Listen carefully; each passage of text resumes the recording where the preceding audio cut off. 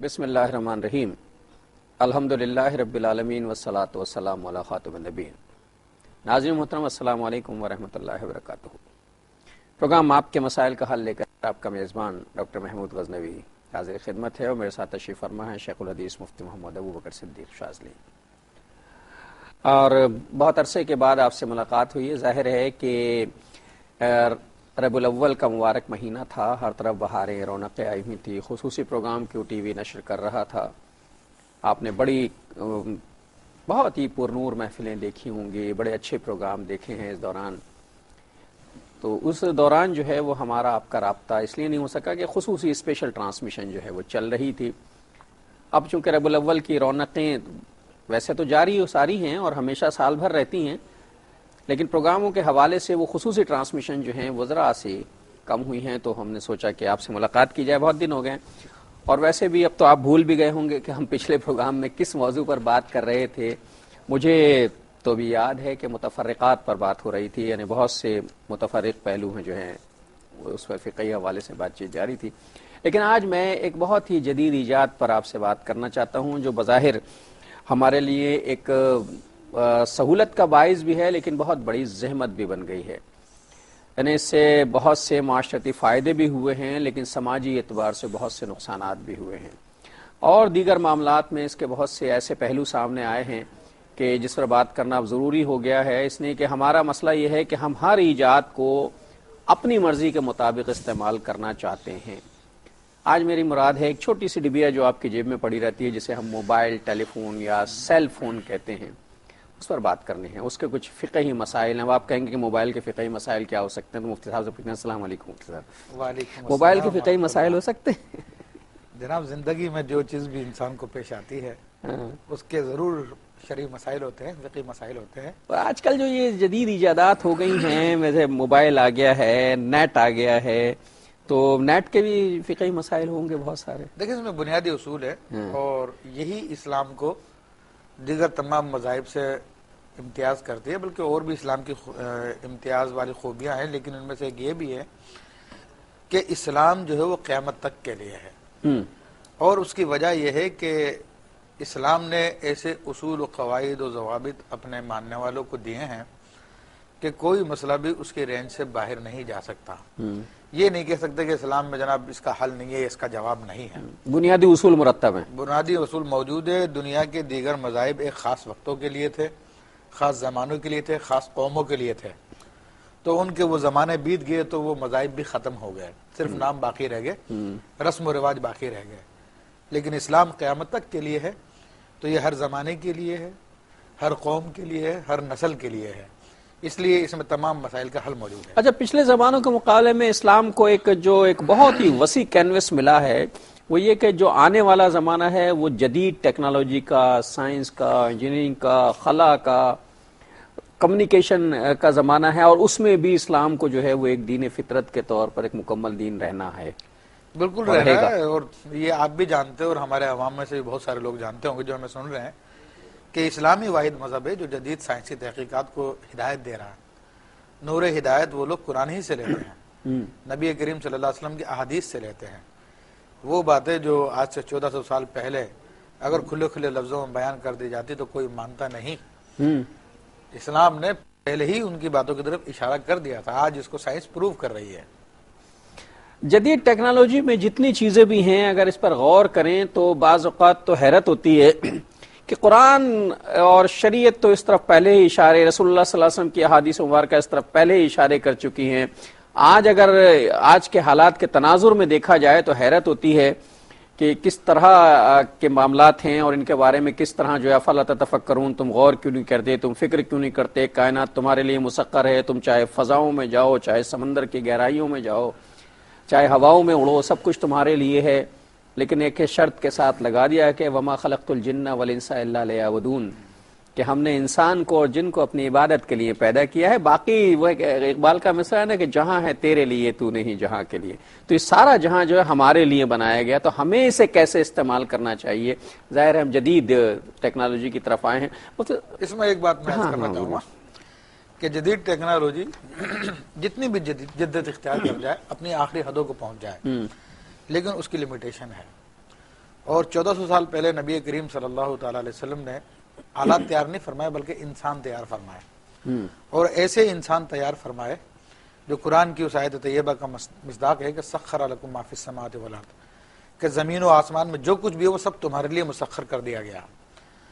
یہ آج ہم موبائل فون کے ذریعے کسی مخصوص آدمی سے بات کر لیتے ہیں، بہت زور لگا رہے تو کانفرنس کر لیتے ہیں، لیکن ان تمام باتوں سے بڑھ کے سیدنا عمر فاروق رضی اللہ عنہ کا وہ واقعہ دیکھیں کہ جمعے کا دن ہے، خطبہ دے رہے ہیں اور مسلمانوں کی فوج نہاوند ایران گئی ہوئی ہے جہاد کرنے کے لیے وہاں کے مجوسیوں سے، اور عمر فاروق رضی اللہ عنہ خطبے کے دوران فرماتے ہیں کہ یا ساریۃ الجبل، یا ساریۃ الجبل، یا ساریۃ الجبل، یہ سارے پہاڑ کی اوٹ لے لو، پہاڑ کی اوٹ لے لو، پہاڑ کی اوٹ لے لو۔ اس پر بعض صحابہ نے حیران ہوئے اور بعض نے اس پر یہ اعتراض کیا کہ ایک راز کی بات تھی، سب کے سامنے کیوں بول دی؟ حضرت علی رضی اللہ تعالیٰ کی بارگاہ میں بھی لوگوں نے کہا کہ دیکھیں حضرت عمر فاروق نے یہ بات سب کے سامنے بول دی، تو آپ نے فرمایا کہ حضرت عمر فاروق جو بھی کرتے ہیں اس کی کوئی نہ کوئی وجہ ہوتی ہے۔ تو بہرحال 1 مہینے بعد جب مسلمانوں کو لشکر آیا، وہ وہاں سے نہاون سے 1 ماہ کی مسافت پہ تھا، تو انہوں نے بتایا کہ جمعے کا دن تھا اور اس وقت ہم لوگ جہاد میں مصروف تھے، تو پیچھے سے دشمن نے ہم پہ حملہ کرنے کا ارادہ کیا۔ اگر اس وقت سیدنا عمر فاروق رضی اللہ تعالیٰ عنہ مجھے پکار کے نہ فرماتے کہ پہاڑ کی اوٹ لے لو، تو دشمن پیچھے سے حملہ کر دیتا اور ہم لوگ اس دن ہلاک ہو جاتے ہیں۔ یعنی روحانی طاقت جو ہے ٹیکنالوجی سے 10 بلکہ 1000 گنا طاقت ہے۔ میں ذرا ایک کالر سے بات کرنا چاہوں۔ السلام علیکم۔ وعلیکم السلام۔ جی بھائی۔ جی میں علی محمد سمرو جام نگر انڈیا سے بول رہا ہوں۔ جی جی، میرے ایک سجدہ سہو کے بارے میں سوال کرنا ہے کہیے۔ کہ جب ہم اکیلے نماز پڑھ رہے وہ سجدہ سہو اگر واجب ہو جائے تو کیا ایک سلام پھیر کے کرنے کا یا ایسے ہی کر لینا؟ اچھا ٹھیک ہے ٹھیک ہے، اس پر بات کرتے ہیں، ایک چھوٹا سا وقفہ لینا چاہتا ہوں، اس کے بعد بات کرتے ہیں۔ السلام علیکم ورحمۃ اللہ وبرکاتہ، ویلکم بیک ناظرین، پروگرام آپ کے مسائل کا حل میں وقفے کے بعد آپ کا خیر مقدم ہے۔ آپ کو یاد ہوگا جس وقت ہم جا رہے تھے تو انڈیا سے ہمارے ایک بھائی کی کال آ گئی تھی، انہوں نے سجدہ سہو کے بارے میں ہم سے پوچھا۔ بہت سے حضرات میں سجدہ سہو کے بارے میں بہت سے مطلب تذبذب موجود ہیں، میں چاہتا ہوں ذرا اس پہ بات کر لی جائے، پھر میں اپنے موضوع کی طرف آؤں۔ جی مفتی صاحب، وہ سجدہ سہو انہوں نے کہا کہ کیا ایک طرف سلام پھیر کر ادا ہوگا یا اس کے بغیر بھی ادا ہو سکتا ہے؟ دیکھو سنت یہی ہے کہ پہلے ایک جانب سلام پھیرا جائے، دائیں جانب سلام پھیرا جائے اور اس کے بعد پھر سجدہ سہو کیا جائے۔ اچھا، اگر ایک آدمی نماز میں 3 رکعت کی نماز ہے یا 4 رکعت کی نماز ہے، اس نے 5 رکعت پڑھ لی تو کیا کرے گا؟ سجدہ سہو کرے گا؟ اس کو اگر ڈاؤٹ ہے کہ میں نے 5ویں شروع کر دی ہے تو ڈاؤٹ کی بنیاد پر تو بہرحال وہ سجدہ سہو کر لے، لیکن اگر یقین ہے کہ میں نے 5ویں پڑھ لی ہے تو اب اس کے لیے ضروری ہے کہ وہ 1 رکعت نماز پڑھے، چھٹی بھی پڑھے۔ جی ہاں، چھٹی پڑھے اور اس کو اچھا، چھٹی رکعت اگر وہ پڑھے گا تو پھر سجدہ سہو کرنا پڑے گا اسے؟ جی آخر میں سجدہ سہو کر لے، پھر کرنا پڑے گا۔ جی جی۔ ناظرین، سجدہ سہو کا مسئلہ یہ ہے کہ جیسے کہ ابھی ہوا کہ اگر ایک اضافی رکعت پڑھ لی، اگر ڈاؤٹ شک ہے تو کوئی ضرورت نہیں ہے، لیکن اگر شک نہیں ہے اور یقین ہو گیا ہے کہ ہم نے 5ویں رکعت پڑھ لی تو پھر چھٹی رکعت پڑھے گا اور چھٹی کے بعد سجدہ سہو کرے گا۔ یہ میرے ساتھ ایک مسز سجاد ہیں، ان سے بات کرتے ہیں۔ السلام علیکم۔ السلام علیکم۔ ہلو جی بہن، السلام علیکم۔ جی وعلیکم السلام۔ میرا آپ سے کوشچن ہے کہ کیا دعا سے تقدیر کو بدلا جا سکتا ہے؟ مطلب کچھ باتیں کہتے ہیں کہ آپ کی مطلب پیدائش سے پہلے لکھ دی جاتی ہیں، جیسے اولاد ہو گیا، رزق ہو گیا یا شادی کا دن ہو گیا، تو کیا دعا سے تقدیر کو بدلا جا سکتا ہے کہ مطلب آپ دعا کرو تو اس سے کیا یہ چیزیں نہیں بدلی جا سکتی ہیں؟ اور دوسرا کوشچن میرا یہ تھا کہ کیا زکوٰۃ کو آپ پورے سال پہ منتھلی ڈیوائڈ کر کے دے سکتے ہو کہ آپ کی ضروری ہے رمضان کے مہینے میں ہی دینا ہے؟ مطلب اگر آپ مطلب اس کا سلیکٹ دیکھ لو کہ وہ کتنی ہے اور اس کے بعد اس کو منتھلی ڈیوائڈ کر لو، اگر آپ پوری ایڈوانس میں دے دیں۔ ہاں جی، تو وہ کیا مطلب نکالی جا سکتی ہے؟ اور میں نے ایک کوشچن اور کرنا تھا کہ کیا زکوٰۃ اپنے بہن بھائیوں کو دی جا سکتی ہے؟ مطلب ایسی بہن جو مطلب جاب وغیرہ کرتی ہے، باپ بھی ہے بھائی بھی ہے، لیکن وہ اپنا خرچہ سب خود پورا کرتی ہے، تو کیا ایسے صورت میں حالانکہ اس کے مطلب ہیں سرپرست لیکن وہ اپنا سارا خود کرتی ہے تو کیا؟ اور کیا وضو سونے سے یا آنکھ لگانے سے ٹوٹ جاتا ہے؟ سونے سے اور آنکھ لگانے مطلب آنکھ، ہاں سمجھ گیا، ٹھیک ہے ٹھیک ہے۔ اچھا، کہوٹا سے ہمارے ساتھ ایک بھائی ہیں یاسر صاحب۔ السلام علیکم یاسر صاحب۔ ہیلو، السلام علیکم سر۔ جی وعلیکم السلام، کیا حال ہیں؟ ٹھیک ہوں سر۔ سر یہ سوال تھا کہ یہ اکثر لوگ سناتے ہیں لطیفہ سناتے ہیں، تو یہ لطیف اللہ تعالیٰ کا نام ہے، تو یہ غلط بات نہیں ہے اس طرح کہنا؟ اچھا، یار بڑی دور کی کوڑی لائے ہیں آپ، ہیں اچھا سوال کیا آپ نے. ابھی بات کرتے ہیں مفتی صاحب سے، اس پر کرتے ہیں بات. بہت شکریہ. اچھا مفتی صاحب، پہلے تو یہ مسز سجاد نے 3-4 سوال کر لیے ہماری بہن نے. انہوں نے کہا کہ یہ کہتے ہیں کہ تقدیر جو ہے وہ تو طے ہو چکی ہے، ہر انسان پیدا ہوا ہے تو لکھ دی گئی ہے، کیا دعا سے اسے تبدیل کیا جا سکتا ہے؟ دیکھیے اس حوالے سے نبی کریم صلی اللہ علیہ وسلم کی حدیث مبارکہ ہے، اس کے الفاظ کچھ اس طرح سے ہیں کہ الدعاء يرد القضاء او كما قال علیہ السلام، کہ دعا تقدیر کو بدل دیتی ہے. تو اب وہ تقدیر کے کون سے حصوں کو بدلتی ہے، کن کن باتوں کو بدلتی ہے، یہ تو اللہ عز و جل اور اس کے رسول صلی اللہ تعالی علیہ وسلم ہی جانتے ہیں. جو بہن نے پوچھا کہ جناب یہ شادی کے معاملات، اولاد کے معاملات، تو ان کے بارے میں بھی ہم اپنے علم کی بنیاد پہ کچھ نہیں کہہ سکتے. بہرحال اتنا فرمایا گیا کہ تقدیر جو ہے دعا کو بدل دیتی ہے. تو اب کون کون سے ہیں وہ چیزیں، تو اس کے بہن بارے اللہ اور اللہ کے رسول زیادہ بہتر سمجھتے ہیں. مفتی صاحب فرما رہے ہیں، اور رسول اللہ صلی اللہ علیہ وسلم کی ہر بات جو ہے اس میں بڑی حکمت ہے.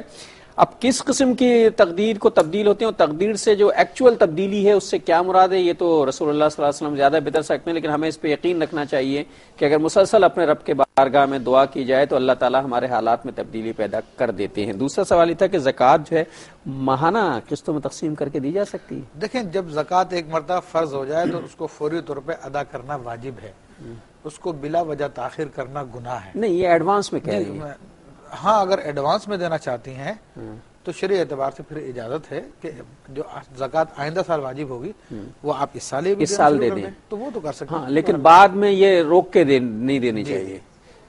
اس سال کی جو زکوٰۃ جو آپ کو فرض کی جائے رمضان میں دیتے ہیں، جو رمضان میں جو آپ کو ادا کرنی ہے، اگر وہ چاہیں تو ابھی سے قسطوں میں دے سکتے ہیں. لیکن پچھلے سال کی جو زکوٰۃ واجب ہے جو ادا نہیں ہوئی ہے اسے فوری طور پہ ادا کر دینا چاہیے، اس میں تاخیر پھر یہ تصور بھی غلط ہے کہ رمضان میں زکوٰۃ دی جاتی ہے. ہاں، ہمارے ہاں تو زکوٰۃ ہمارے جب آپ کے پاس مال آئے ہاں اس وقت سے اس کا سال شروع ہو جاتا ہے، یعنی جب نصاب کی حد تک مال آئے، اب وہ رمضان میں آئے، خیر ربیع الاول میں آئے، خیر ربیع الثانی میں آئے، جس مہینے میں بھی آ جائے آپ کا ہر سال وہی رہے گا. پھر اچھا، اس میں جو مال شامل ہوتا جائے گا اگر اس پہ سال پورا نہیں ہوا؟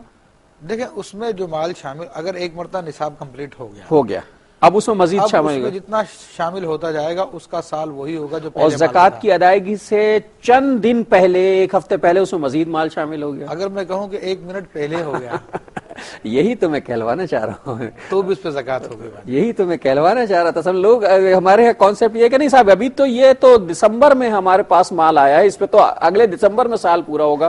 ایسا نہیں ہے. یہ بھی میں عرض کر دوں کہ دسمبر نہیں چلے گا یہاں پر اسلامی مہینہ چلے گا.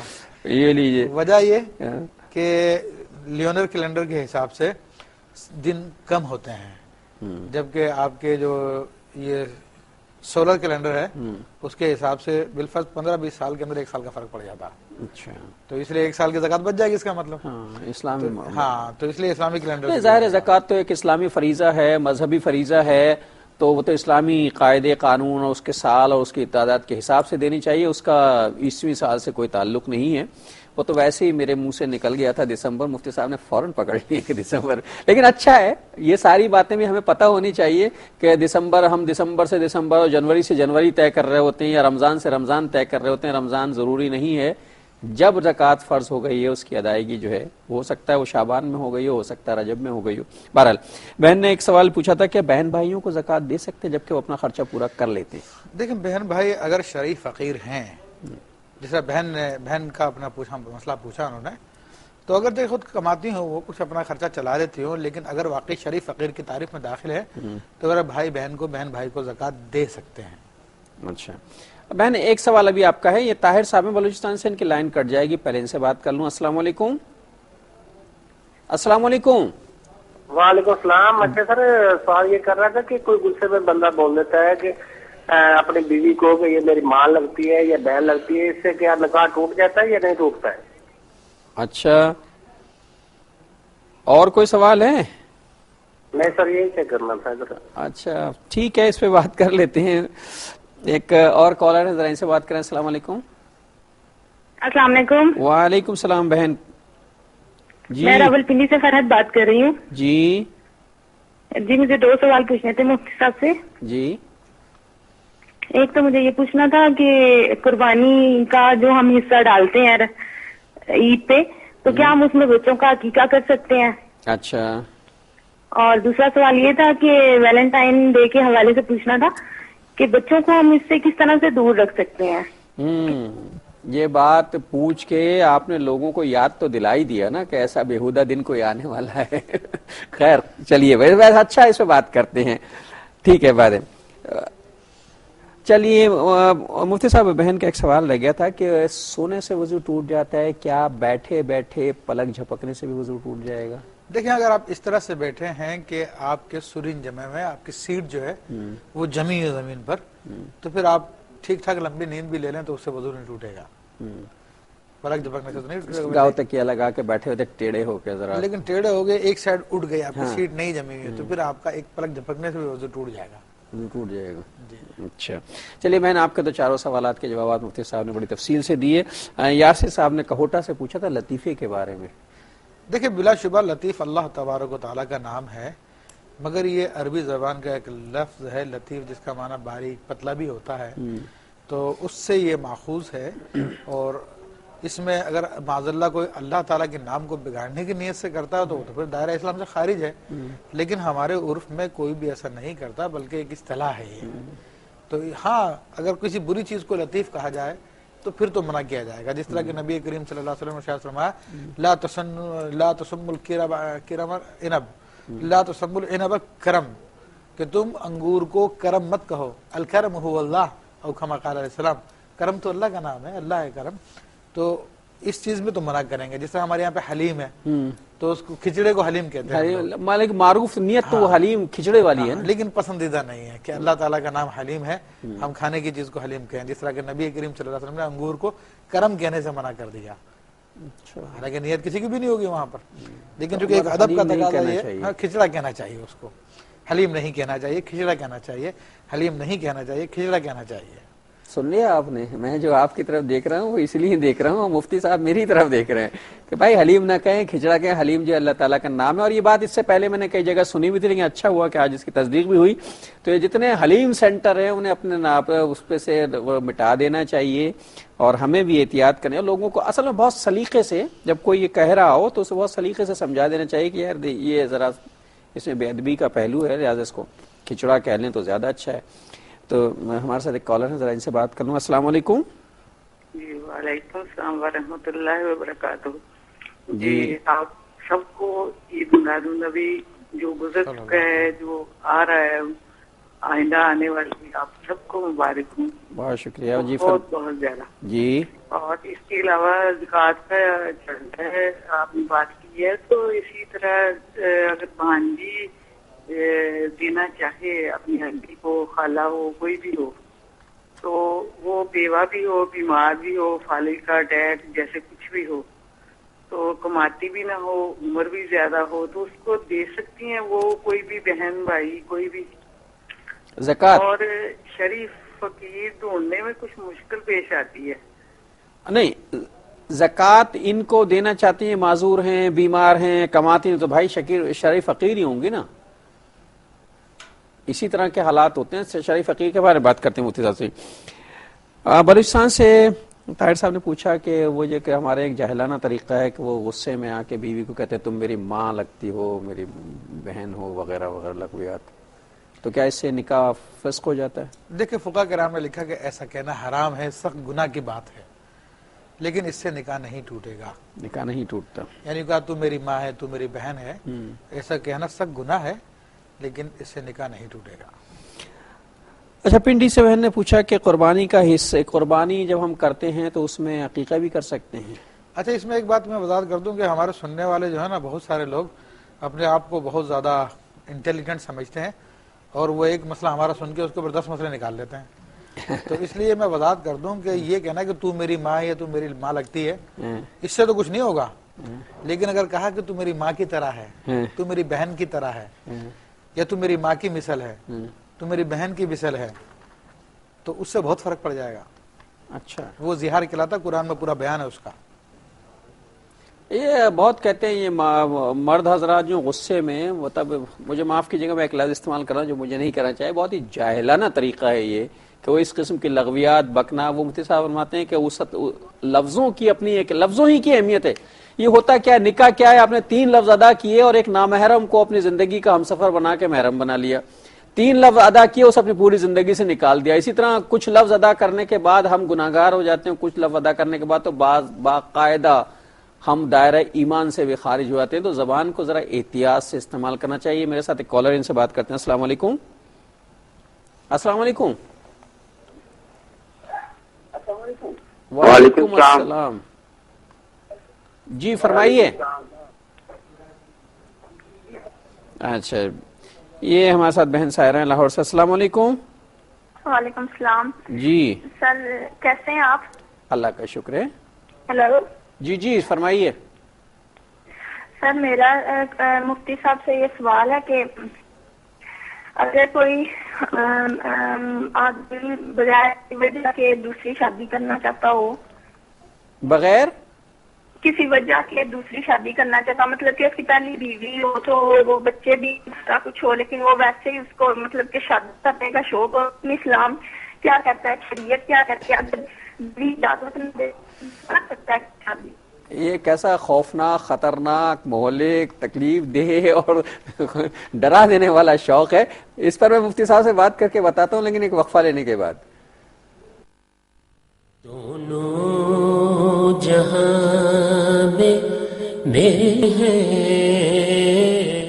السلام علیکم ورحمۃ اللہ وبرکاتہ. ویلکم بیک ناظرین. وقفے کے بعد پروگرام میں آپ کا خیر مقدم ہے. چلتے وقت بہن سائرہ لاہور سے پوچھ بیٹھی تھی کہ کسی کو اگر شادی کرنے کا بلا ضرورت شوق ہو تو وہ حضرات جو سن رہے تھے ان کے کان کھڑے ہو گئے کہ اچھا شوق میں بھی ایسا کام ہو سکتا ہے. تو اس پر بات کرتے ہیں وہ تفصیل. ابھی میں ان سے بہن نے پوچھا تھا پنڈی سے کہ ہاں عقیقہ، قربانی میں عقیقہ ہو سکتا ہے؟ جی ہاں، بلا شبہ قربانی میں اگر بڑا جانور ہے تو اس میں 7 حصے ہوتے ہیں، تو کچھ حصوں میں قربانی کی نیت ہو سکتی ہے اور کچھ حصوں میں عقیقے کی نیت بھی کی جا سکتی ہے. عقیقے کی نیت ہو سکتی، کیا جا سکتا ہے. اچھا، انہوں نے وہ جو ایک ناپسندیدہ سا دن آ رہا ہے، جی جی اب میں اس کا نام بھی لینا پسند نہیں کرتا، تو آپ اس کے بارے میں ذرا بتائیے لوگوں کو. دیکھیں، وہ دن جو آ رہا ہے وہ تو معذاللہ ہے، گناہ کا دن ہے، اور اس کی تاریخ، ہسٹری جو ہے وہ بھی اسی طرح کی ہے.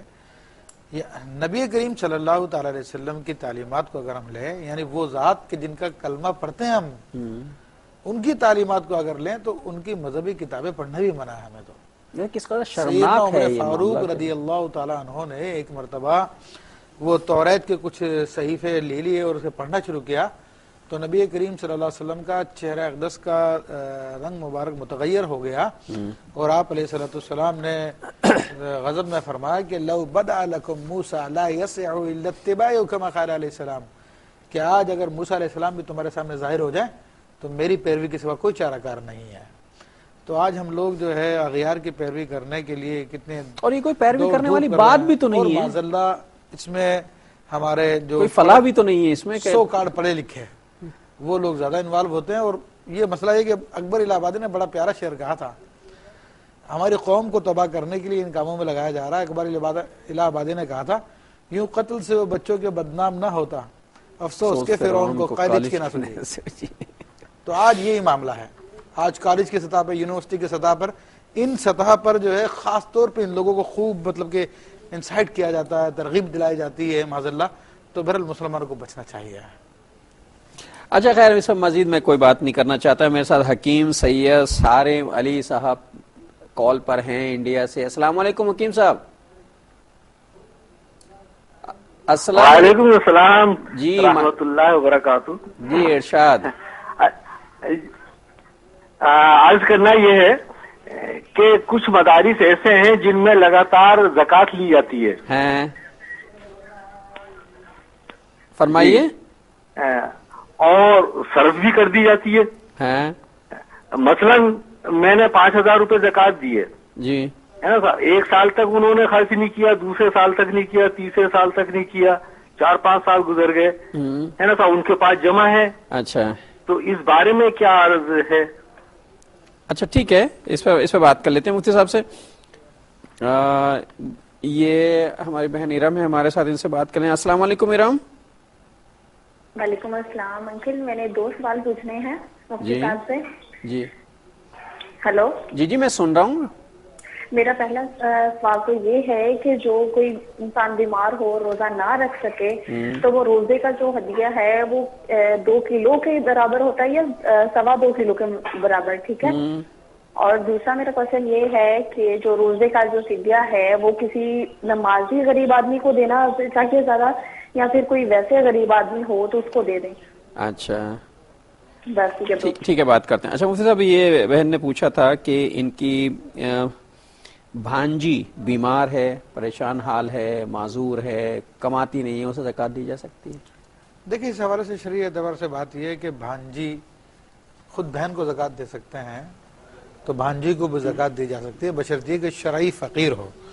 البتہ آپ نے جو بات کہی ویسے عموماً ایسے لوگ شرعی فقیر ہی ہوتے ہیں، لیکن بعض اوقات ایسا بھی ہوتا ہے نہیں بھی ہوتے کہ ان کی جائیداد ہوتی ہے وراثت میں، معذور ہیں، بیمار ہیں، لیکن پیچھے جائیداد ہے. ہاں تو یہ دیکھ لیجیے شرعی فقیر تو دے سکتی ہیں. ٹھیک ہے. اچھا سائرہ نے لاہور سے پوچھا کہ بغیر وجہ کے شوق میں دوسری شادی کرنا چاہتے ہیں، شادی شدہ ہیں، بچے بھی ہیں. دیکھیں بات یہ ہے کہ شریعت مطہرہ قرآن مجید فرقان حمید میں اللہ تبارک و تعالیٰ نے واضح لفظوں میں اجازت دی ہے مرد کو 4 شادیاں کرنے کی، لیکن اس میں کنڈیشن یہ ہے کہ وہ سب میں انصاف کر سکے. تو اگر وہ شخص دونوں بیویوں میں یا تینوں بیویوں میں چاروں میں انصاف کر سکتا ہے، اس بات کی قدرت رکھتا ہے، تو پھر اس کے لیے اجازت ہے چاہے بلا وجہ کرے، وہ اس میں منع نہیں ہے. ٹھیک ہے. انسانوں کی فطرت مختلف قسم کی ہوتی ہے، طبیعتیں مختلف قسم کی ہوتی ہے. اگر ان کو 4 شریعت مطہرہ 4 کی اجازت نہ دے تو پھر وہ گناہ میں پڑ جاتا ہے، زنا میں پڑ جاتا ہے. اور ہمارے یہاں کی عورتوں کو یہ تو برداشت ہے کہ وہ زنا کر لے، گناہ کر لے، لیکن یہ برداشت نہیں ہے کہ سوکن آ جائے. اچھا اس میں بات کرتے ہیں. انڈیا سے ایک کالر ہے میرے ساتھ. السلام علیکم. السلام علیکم. السلام علیکم. جی بھائی فرمائیے. السلام علیکم. وعلیکم السلام. جی فرمائیے، سن رہا ہوں. آپ کی آواز مجھے آ رہی ہے، فرمائیے. سر میں ڈسٹرکٹ دہرادون سے بول رہا ہوں، انڈیا سے. جی جی فرمائیے. صاحب ہم مسجد کے آگے مکان بنا رہے ہیں. کیا مسجد میں؟ اچھا ٹھیک ہے، مسجد کے آگے مکان. اچھا مفتی صاحب چونکہ وقت ذرا سا کم ہو گیا ہے تو میں حکیم صاحب نے پوچھا تھا کہ مدارس میں زکوٰۃ لی جاتی ہے اور وہ کئی سال اسے خرچ نہیں کرتے، وہ سیو رہتی ہے، تو کیا وہ زکوٰۃ ادا ہو جاتی ہے؟ دیکھیں اس طرح سے زکوٰۃ کو سیو کر کے رکھنا جو ہے یہ غلط طریقہ کار ہے. یہ تو ہوتا ہے انسان تھوڑی پیش بندی کے طور پہ کچھ رقم رکھ لیتا ہے، لیکن کئی سال تک روک کے رکھنا اس کو، یہ بہرحال یہ سمجھ لو لوگوں کے ساتھ زیادتی کرنا اور ان کے واجب کو جو ہے سمجھ لو بلا وجہ کے روک کے رکھنا ہے، مطلب نہیں کرنا چاہیے. جی جی.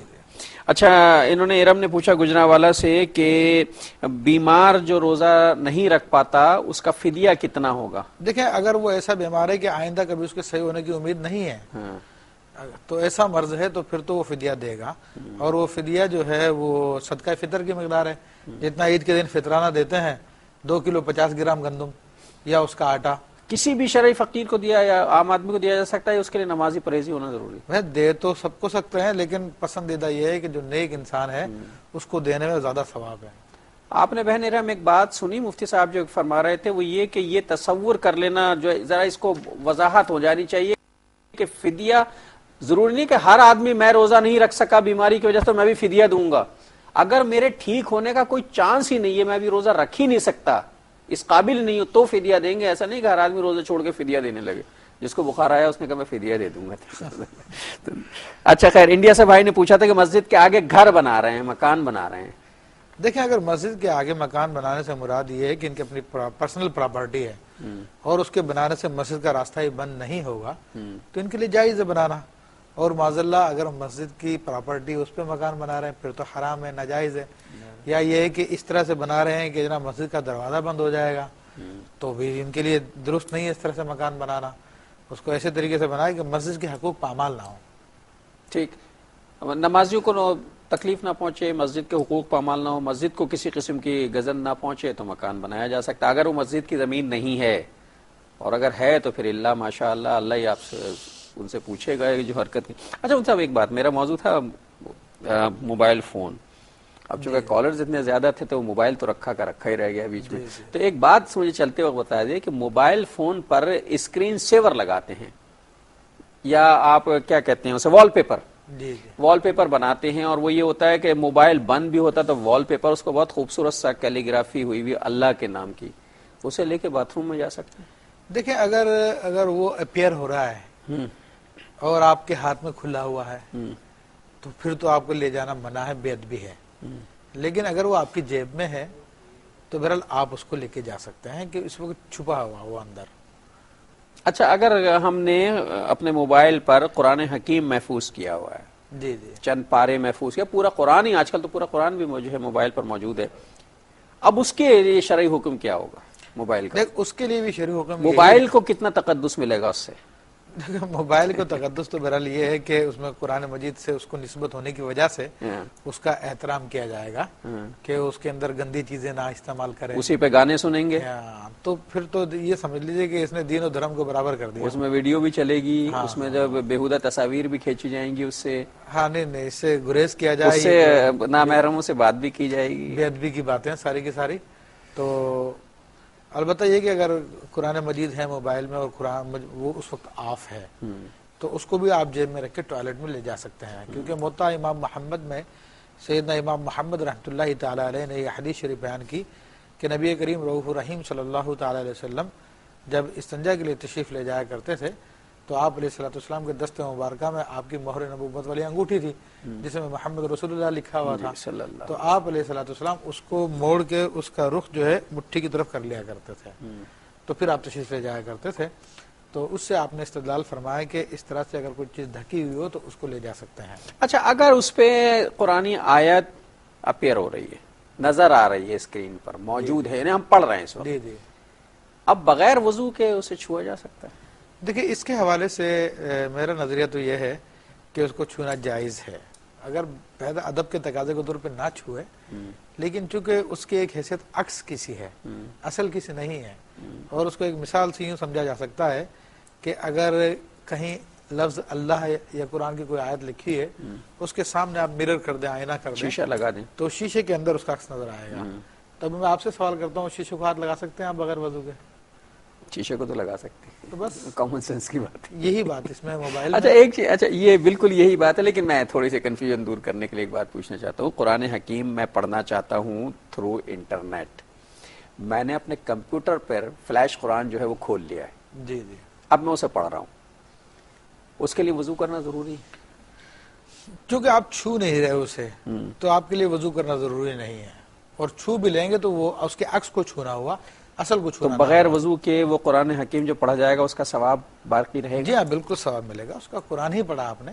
اچھا جی جی، تو یہ ایک سہولت ہے کہ اس پہ قرآن، نیٹ پہ قرآن پڑھا جا سکتا ہے اس طرح. اچھا فون پر بعض حضرات نے کیا میجورٹی نے جو ہے جس قسم کی سگنیچر ٹیون لگائی ہوئی ہیں اس میں زیادہ تر تو فلمی گانے ہوتے ہیں، اور وہ مسجد میں جاتا ہے اور بند کرنا بھول گئے، وہ اچانک درمیان میں بول اٹھا، اب کیا کریں گے؟ دیکھیں پہلے تو میں اس کا حکم بیان کر دوں کہ ٹیون کے طور پر گانوں کو یوز کرنا یہ ناجائز کام ہے.